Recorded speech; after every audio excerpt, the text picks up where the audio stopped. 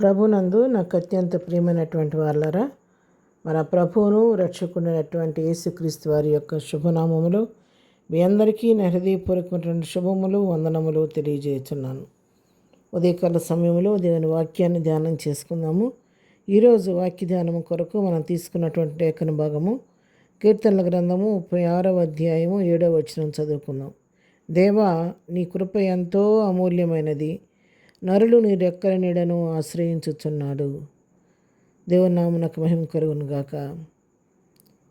దేవుని యొక్క కృపని భక్తుడు ఇక్కడ వివరిస్తూ ఉన్నాడు. ఆయన కృప యొక్క ఔన్నత్యాన్ని గురించి ఎంతగానో హెచ్చించి మాట్లాడుతున్నాడు. దేవా, నీ కృప ఎంతో అమూల్యమైనది, అందుకే నరులు నీ రెక్కల నీడను ఆశ్రయించున్నారయ్యా అని కీర్తనాకారుడైనటువంటి దావీదు ఇక్కడ తన అనుభవంలో నుంచి పొందుకున్న బిడను గురించి ప్రభు కృపను బాగా ఎరిగిన వాడుగా ఈ మాటలు పలుకుతున్నాడు.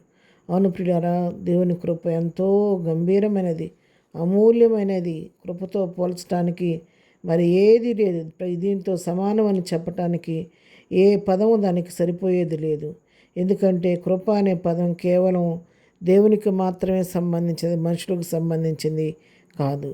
మరి ఏ ప్రతిఫలము ఆశించకుండా మరి ఎదుటివారికి మేలు చేసేదే కృప.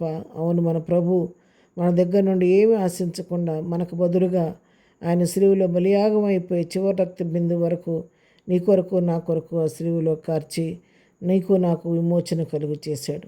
ఆ రుణం ఎప్పటికీ తీరక అట్లా ఉండవలసిందే. ఏమిచ్చి కూడా రుణాన్ని మనం తీర్చుకోలేము.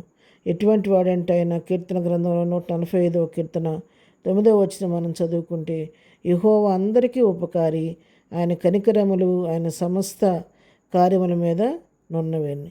8వ వచనం చూడండి, యెహోవా దయాదాక్షిణ్యములు గలవాడు, ఆయన దీర్ఘశాంతుడు, కృపాతిశయము గలవాడు.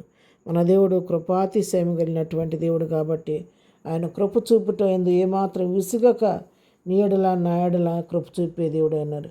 అయితే ఆయన కృప కలిగిన దేవుడైనప్పుడు ఆయన కృపనైతే ఎవరైతే ఆశ్రయిస్తారో వారిని బట్టి దేవుడు ఎంతగానో మరి సంతోషించే దేవుడై ఉన్నాడు.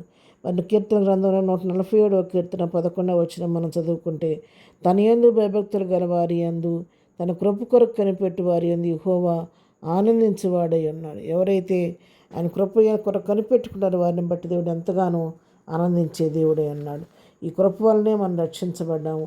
అందుకే ఎఫెసీయులకు రాసిన పత్రిక 2వ అధ్యాయం మనం గమనించినట్లయితే 2వ అధ్యాయం 5వ వచనం చదువుకుందాము.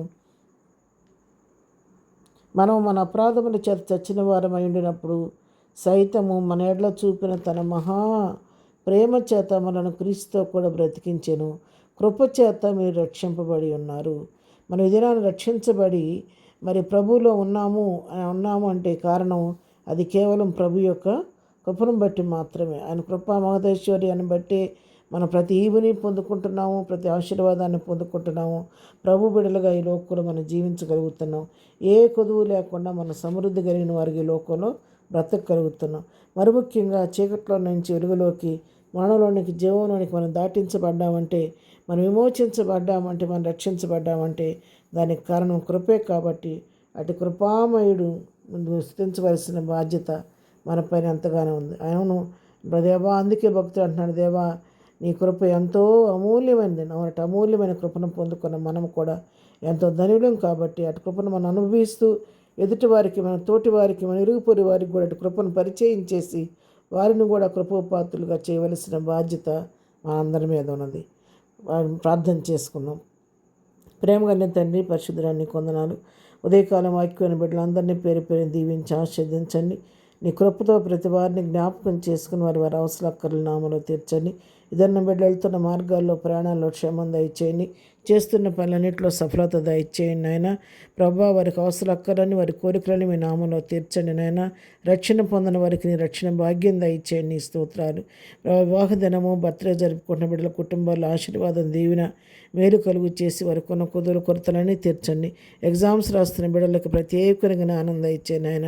బిడ్డలు ఇంటర్మీడియట్ ఎగ్జామ్స్, 10th ఎగ్జామ్స్ రాస్తున్నారు. అందరికీ పరలోక జ్ఞానం ఇచ్చి నీ కృపలో భద్రపరిచి మంచి విజయాన్ని బిడ్డలకు దయచేయండి ఆయన. బలహీనలను స్వస్థపరచండి, దుఃఖంలో వారిని ఓదార్చండి, సమస్యలను వారిని విడిపించిన ఆయన. ప్రతి వారి పట్ల నీ కృపాస్తం చాపి మేలు చేసి మహిమ తెచ్చుకోమని యేసు నామములో ప్రార్థించి అడిగి పొందుకొని ఉన్నాము తండ్రి. ఆమేన్. ప్రభు కృప సదాకాలం మనందరికీ తోడయుండి నడిపించను గాక. ఆమెన్.